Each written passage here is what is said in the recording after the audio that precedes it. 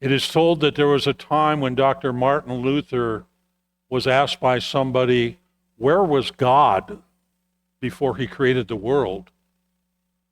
Luther's response was, creating a world for people who ask foolish questions.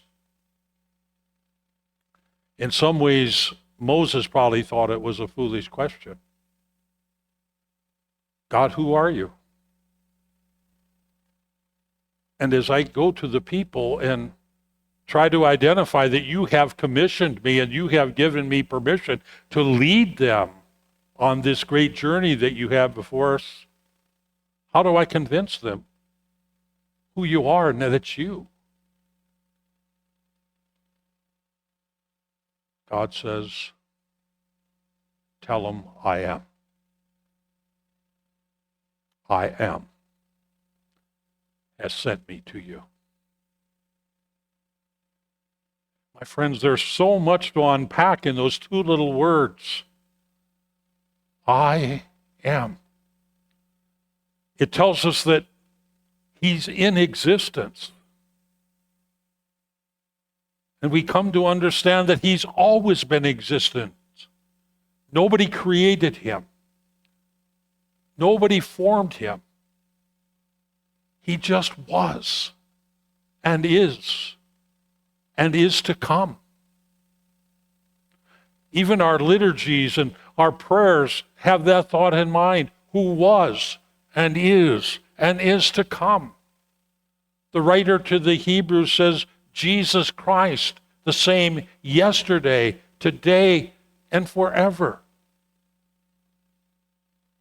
I am tells us that God has always existed, that he exists right now, and he's going to exist for us in the future.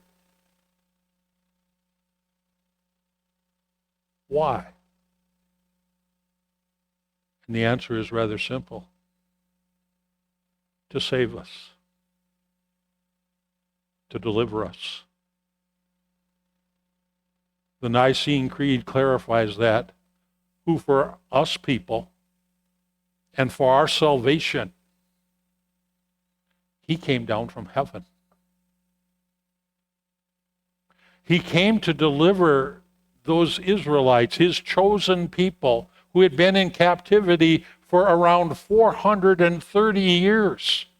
And now God decided it's time to set them free. And so he asked Moses to go and get permission from Pharaoh to allow him to go with these 2 million people in a journey through a wilderness that would come to a new and a promised land.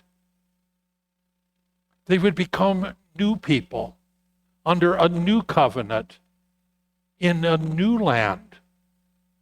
And that's how God wanted to deliver them.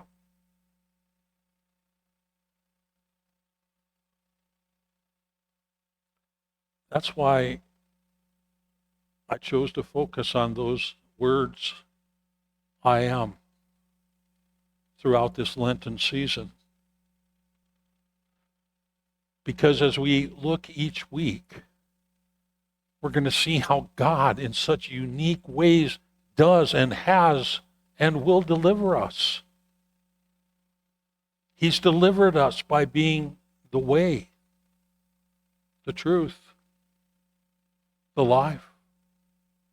He's delivered us by being a vine which sustains us in relationship with him. He delivers us by being a door which we gain access into his presence. He delivers us by being the light of the world because we walk in such darkness that we would get lost or stumble and fall if there was not light, and he is our light.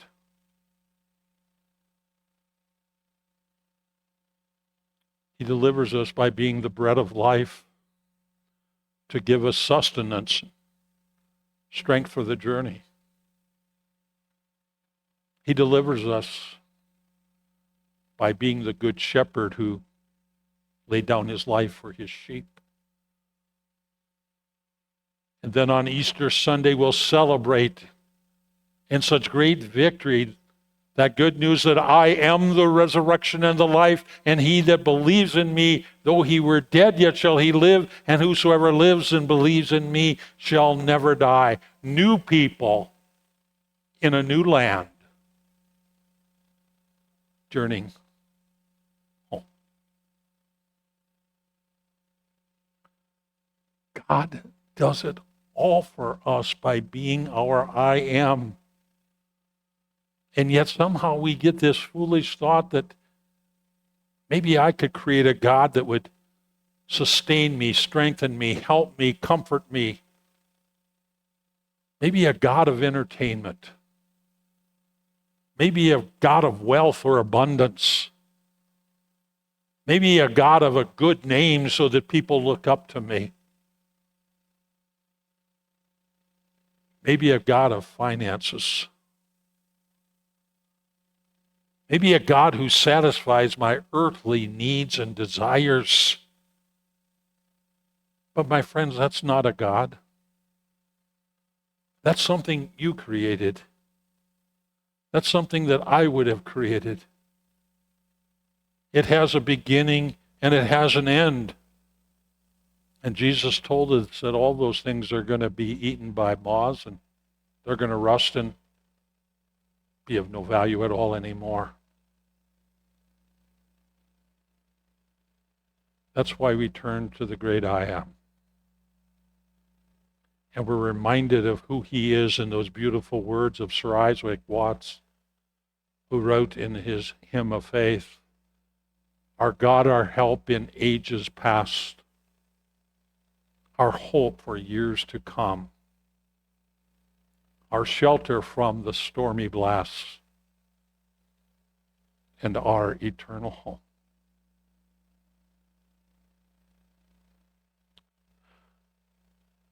So we sit at times and ponder, who's going to help me? Who's going to help me get through this pain? Who's going to help me get through this sickness? Who's going to help me get through this grief? Who's going to help me get through all of these troubles, anxieties, and issues that I'm facing? Who's going to help me to face death? Who? And if we'll sit in silence and in meditation, we'll hear a still small voice from eternity say to us, I am. Amen.